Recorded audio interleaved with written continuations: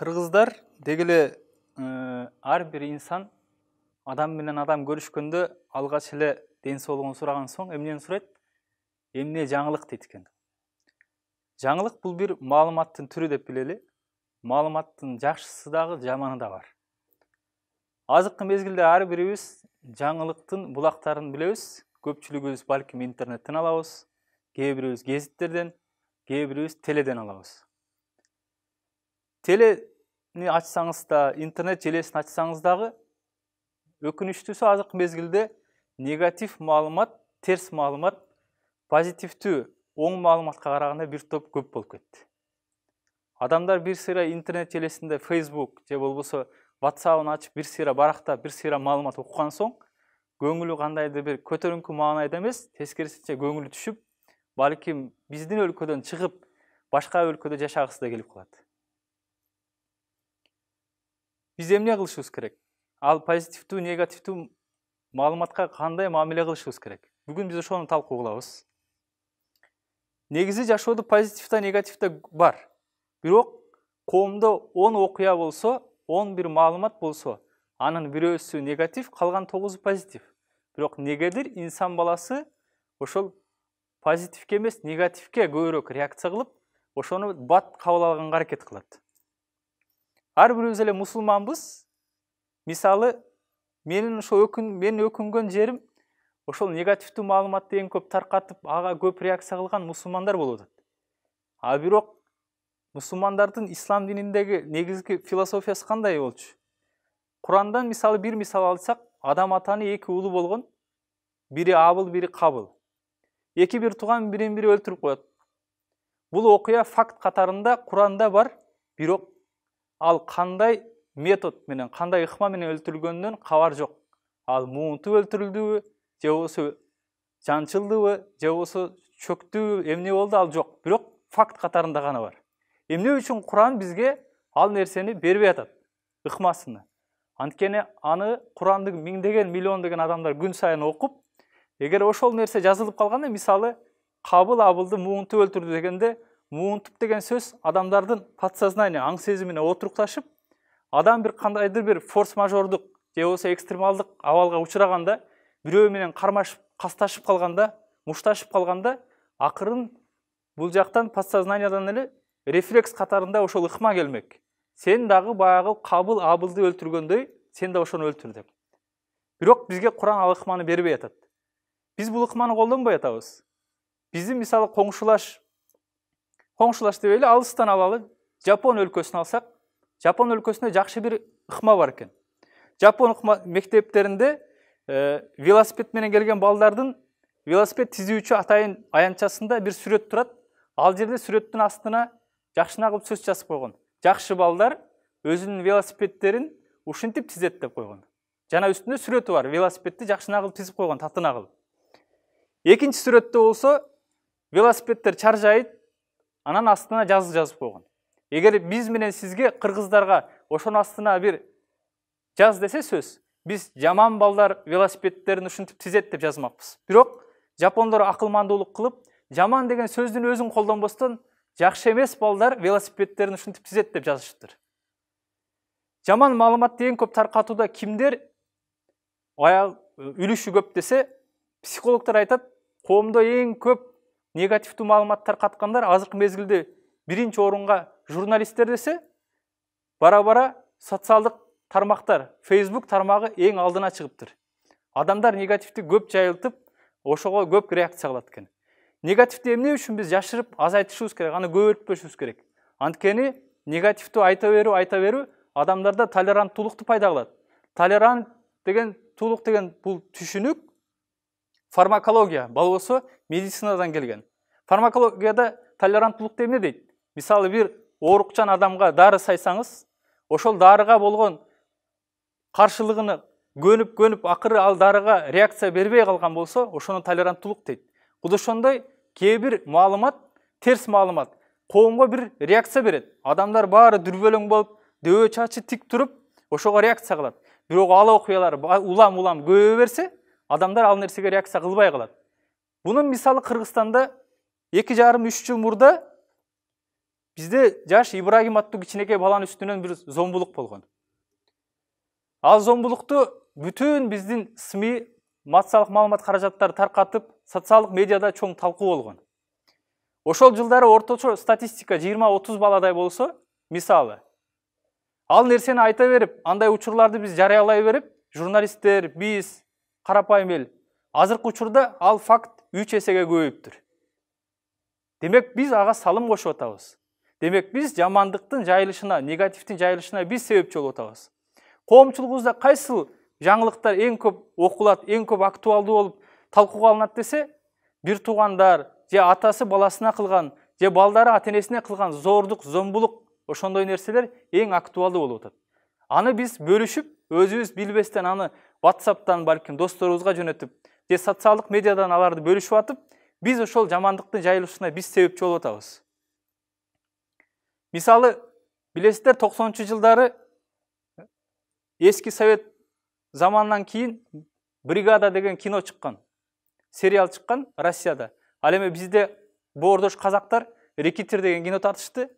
Бирок эң кызыгы, ошол кинолор чыккандан кийин, тасма чыккандан кийин, биле эле Москванын аймагында, Московский район деп коет, Москва районунун ичинде эле ошол бригаданы туурап 14 бандиттик кылмыштуу топтор уюшулган экен. Көрсө, жаман, бул бригадада негизинде каармандар аягында баары өлүм менен аяктап өмүрүнүн сону. Ал жерде режиссер бизге эмне, эгерде силер ушундай терс жолдо жүрсөңөр, агыр аягыңар оңбой каласыңар деген маалыматты көрсөтсө, бирок жаштар аны туура катары кабыл алып, ошону жайып, ошондой болууга аракет кылат экен. 2018-жылы ошол жерде Фил деген бир баланы ойногон актер эмне деп атат? Мен өкүнөм ошол киного катышканыма, жана дагы биз ошол аркылуу Россиянын дейт, жаштарын буздук дейт. Демек, бул маалымат дагы бир терс маалымат, бир таштанды мусор сымал экен. Мени эң чоң өкүндүргөнү биздин жергиликтүү журналисттер, кыргыз журналисттери өзүбүздүн таштанды мусорубуз жетпей аткансып, сырттан да ташыйып келет. Мисалы, Москвада бир үрөй учурган бир окуя болгон болсо, аны биздин сегментке, биздин маалымат талабыбызга ошону жайып атат. Биздики өзүбүздө эле жетиштүү. Мисалы, мен ойлодум, бул 91-жылдан кийин эле эгемендүүлүк мезгилинде Кыргызстанда ушундай кылмыштуулук өсүп кеттиби десем, жок, биз жаңылабыз. СССР убагында деле төбө чачыңызды тик тургузган өтө жаман бир ушундай кылмыштар болгон экен негизи. Архивдик маалыматтарды бир сыйра карасаңыз, ал мындан да жаман иштер болгон. Бирок эмне, СССР маалында ал жарыяланып, элге ачыкка чыккан эмес. Элдин колунда социалдык тармак болгон эмес. Элдер азыркыдай көргөндөй түрдүү телеканалдар болгон эмес. Азыр бизде бул нерсе аябай жайылды. Биз эми буга кандай мамиле кылышыбыз керек? Ар бир адам жеке, ар бир мусулман жеке бул нерсеге менимче кээде аракетсиздик, аракеттен жакшыраак. Орустарда жакшы сөз бар эмеспи? Бездействие иногда лучше, чем действие деп. Биз кээ бир нерселерге аракетсиздик кылышыбыз керек. Мисалы, мени эң көп өкүндүргөнү, иман жолунда, дин жолунда жүргөн адамдар эң көп негативди ошолор таркатат. Кантип? Бир мисалы, бир маалымат агенттиги бир терс маалымат чыгарса, аны эң көп лайк деп коебуз, лайк кылган, же осага комментарий жазган, же аны эң көп бөлүшкөн ошол дин жолундагы адамдар болуп атат дагы. Сиз каалайсызбы, каалабайсызбы? Сиз башка адамга да ошону таркатып, башка адамдардын жашоого болгон табитин бузуп жатасыз. Ошондуктан жакшы исламдын бир принциби бар. Сүйлөсөң жакшы сөз сүйлө, болбосо унчукпа дейт. Мен муну башкачараак, кененирээк алгым келет. Эй, замандаштарым, эгерде биз баардыгыбыз азыр ушул тапта бир чакан бир журналист, кичи бир журналистпиз. Ар бири өзүнчө журналист болуп калдык. Анткени биз дагы камера менен сүрөт тартып, видео тартып, башкаларга жөнөткөнгө бизде дагы шарт бар. Биз эмне кылышыбыз керек? Эгер биз бирөөгө лайк бассак, бирөөгө комментарий жазсак, же биз бөлүшсөк, же бир сөз сүйлөсөк, же бир пост жазсак, публикация кылсак, жакшы гана нерсени чыгаралы, жакшы гана нерсени бөлүшөлү. Жамандыкты, жаман нерсени унчукпай коелу. Аракет кылбай эле коелу. Анткени кыргыздар эмне дейт? Кыргызда жакшы сөз бар. Жаманды айтсаң, тырмагынын астына келет дейт. Же болсо кичинекей балдар түнү жатканда уктардын астында көбүрөөк бир коркунучтуу нерселерди албарсы жинди көп сүйлөп койсо, өзүңүздөр билесиздер, балдар ошо кечке маал коркуп калат, чочуп калат. Демек, адам эмнени көп сүйлөсө, аң сезимде ошол нерсе отурукташат. Адам көп нерсе сүйлөй берсе, бир негатив кайра өзүнө келет. Позитивти көп сүйлөгөн адамга позитив келет. Жашоодо 10 гүл бар, бир тезек бар деп билели.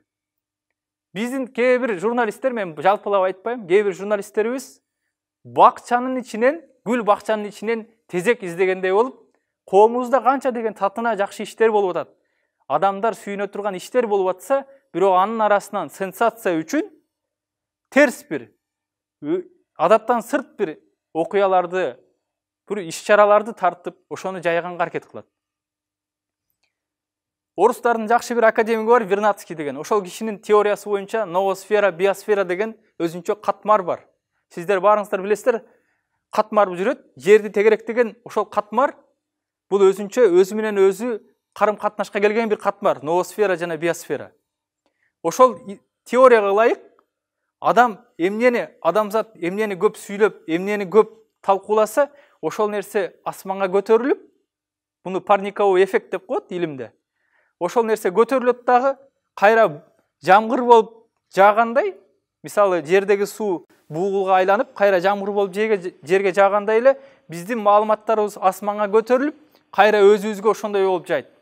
Демек, азыр адамзатта эң көп негатив сүйлөнө берсе, негатив талкуулана берсе, негатив көтөрүп асманга, кайра башыбызга бале болуп жааганы балким ошондондур. Сиздер билесиздер, биз жаныбарларга да жооптурбуз бул жашоодо. Ошол жаныбарлардын да жашоосуна биз негативдин күчөөсүнө биз себепчи болуп атабыз. Мисалы, океандардагы киттердин өзүн өзү өлтүрүү себебин аныктаганда илимпоздор айтат, алардын себебин аныкташ кыйын. Бирок кээ бирлер айтат, балким ошол өздөрүнүн бул жашоого, мындай айтмакчы, негативденби, баягы бир кысым болуп атат дейт. Белгисиз кысымдан улам алар өзүн өзү өлтүрүп жатат дейт. Ошондуктан биз негативге такыр бир башкача мамиле кылышыбыз керек. Албетте, бир негативдүү иш болуп атса, терс иш болуп атса, биз ага унчукпай кое албайбыз. Биз ага алгач колубуздан келсе ал нерсени тыйышыбыз керек.